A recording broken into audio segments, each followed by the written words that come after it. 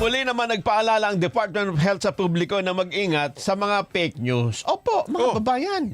Kilaro ho kasi ng DepEd na may kumakalat na fake news. Alam niyo yung fake news na makalat?